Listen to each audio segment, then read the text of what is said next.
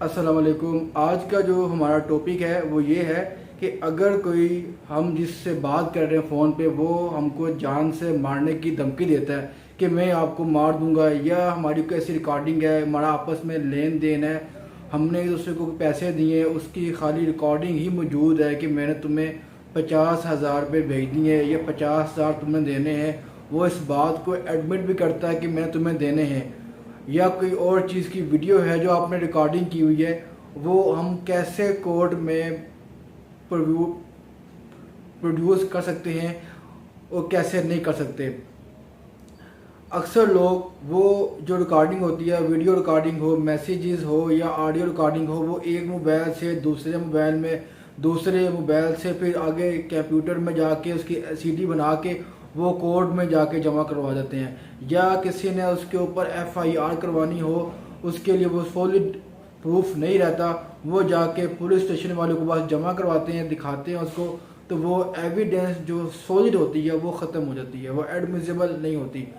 जिस डिवाइस से आपने वो ऑडियो रिकॉर्ड की है या वीडियो रिकॉर्ड की है या आपके पास तो कोई रिकॉर्डिंग है, वो ही डिवाइस जाके आपने पुलिस ऑफिसर को देनी है। वो डिवाइस को अपने कस्टडी में लेके उसकी फॉरेंसिक रिपोर्ट करवाएगा।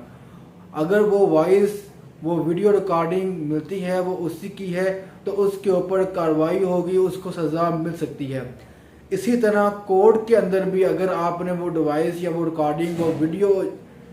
दिखानी है जैसा आपको, तो वो डिवाइस वो वहाँ पे जमा करवानी पड़ेगी आपको, ताकि वो फॉरेंसिक करवा के उसको देख सके, पढ़ सके। गलती यहाँ पे ये होती है जब वो एक मोबाइल से दूसरे मोबाइल में, दूसरे मोबाइल से फिर तीसरे मोबाइल में, फिर कंप्यूटर में जाती है, फिर उसकी सीडी बना लेते हैं। सीडी बना के जब आप प्रोड्यूस करते हैं कोर्ट में या पुलिस स्टेशन में, तो वो एडमिसिबल, वो सॉलिड एविडेंस नहीं रहती, क्योंकि काफ़ी ऐसे सॉफ्टवेयर आ चुके हैं जिससे आप वॉइस जो आवाज़ है वो भी चेंज कर लेते हैं। आप जिस्म बॉडी किसी और की होती है, ऊपर चेहरा किसी और का भी लगा सकते हैं, इसलिए वो सॉलिड एविडेंस नहीं रहती, इसलिए वो एडमिसिबल एविडेंस नहीं रहती, इसलिए कोर्ट या पुलिस वाले उस एविडेंस को नहीं मानते। इसलिए जिस डिवाइस में रिकॉर्ड की जाए वही डिवाइस जो है थाने में या कोर्ट में प्रोड्यूस की जाए। और ज़रूरी बात, जो ये रिकॉर्डिंग करे या वीडियो रिकॉर्डिंग करे उस बंदे की स्टेटमेंट बहुत ज़रूरी है। लाजमी उसकी स्टेटमेंट पुलिस स्टेशन में रिकॉर्ड करवाएं, उसका स्टेटमेंट कोर्ट में भी रिकॉर्ड करवाएं कि ये मैंने रिकॉर्ड की थी, ये मैंने खुद सुनी है, मेरे सामने मैंने खुद ये वीडियो बनाई थी। शुक्रिया।